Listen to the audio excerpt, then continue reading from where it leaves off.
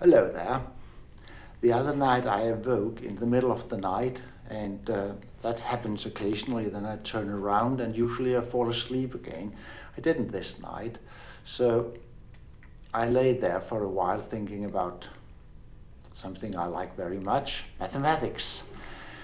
As it were, I didn't fall asleep, and then I got an idea.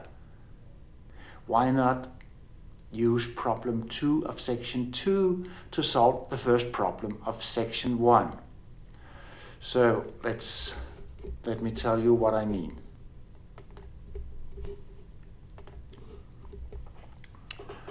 The idea, I've just learned this full screen. Oh, it wasn't quite full screen, but okay. So the point is that to every rational point here, we can,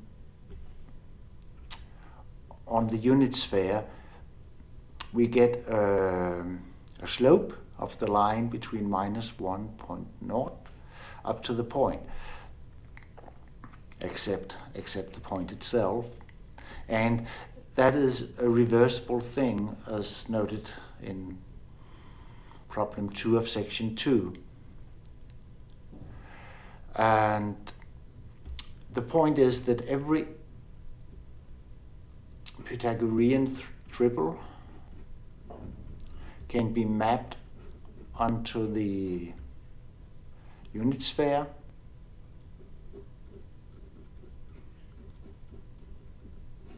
which is then mapped to the slope.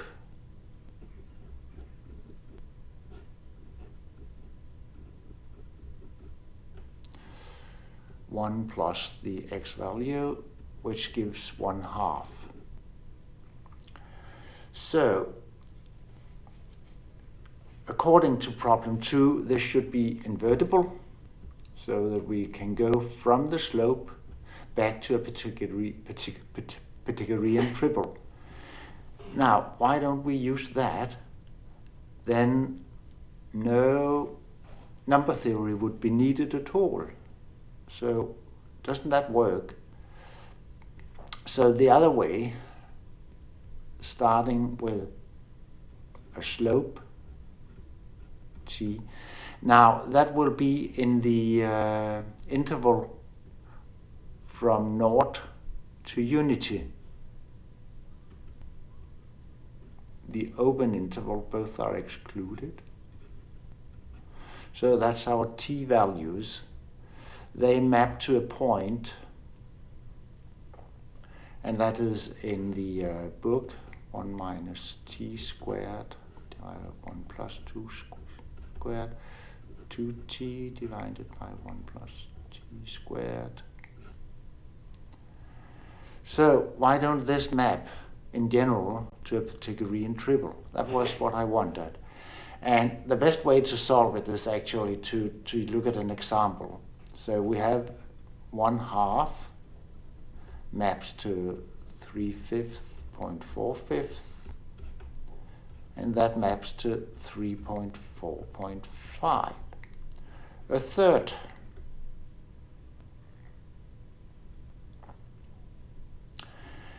and then it's easier actually to use say u divided by v maps to v squared minus u squared divided by the sum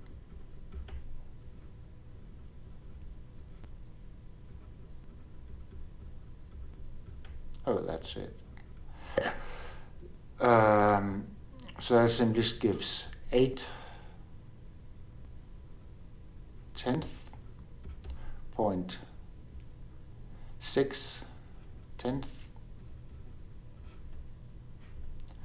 which is the point 4.5,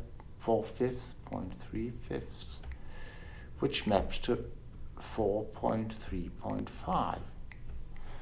So there are 2 points made in this example. First of all,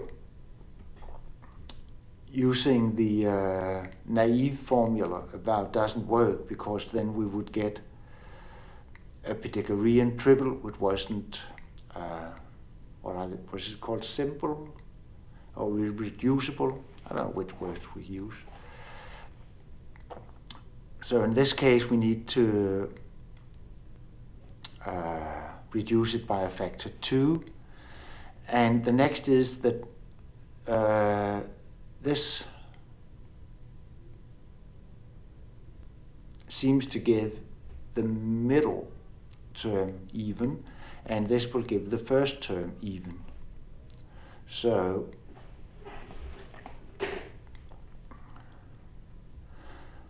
let's try to do that formally.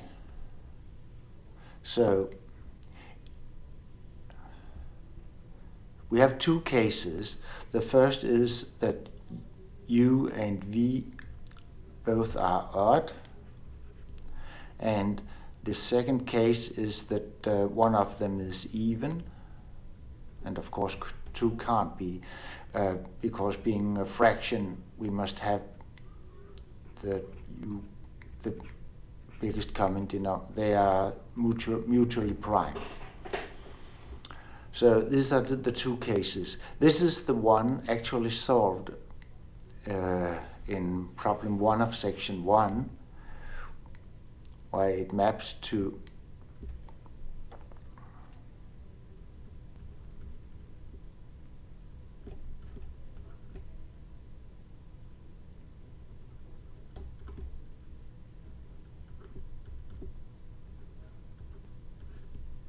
this triple, and it's easily seen to be an irreducible triple.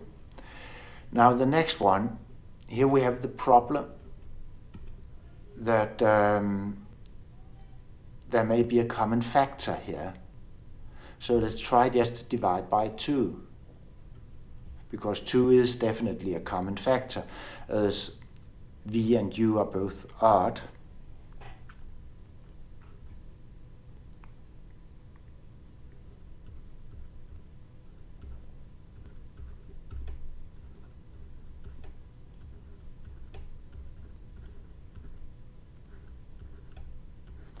So that's the result here. Now, this is odd, so 2 doesn't divide all of them, and any other prime, say dividing u, will divide v squared minus u squared, thus divide u squared. So this is a primitive Pythagorean triple. So that's the point here, that this map, how can we write it?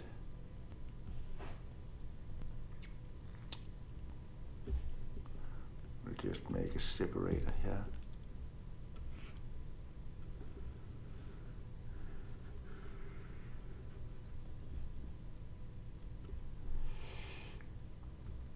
U divided by v maps to, and then in this case that's the result, and in this case that's the result. And here we have this, in the lower example we have the one in the middle being even, and here we have the one in the first place being even.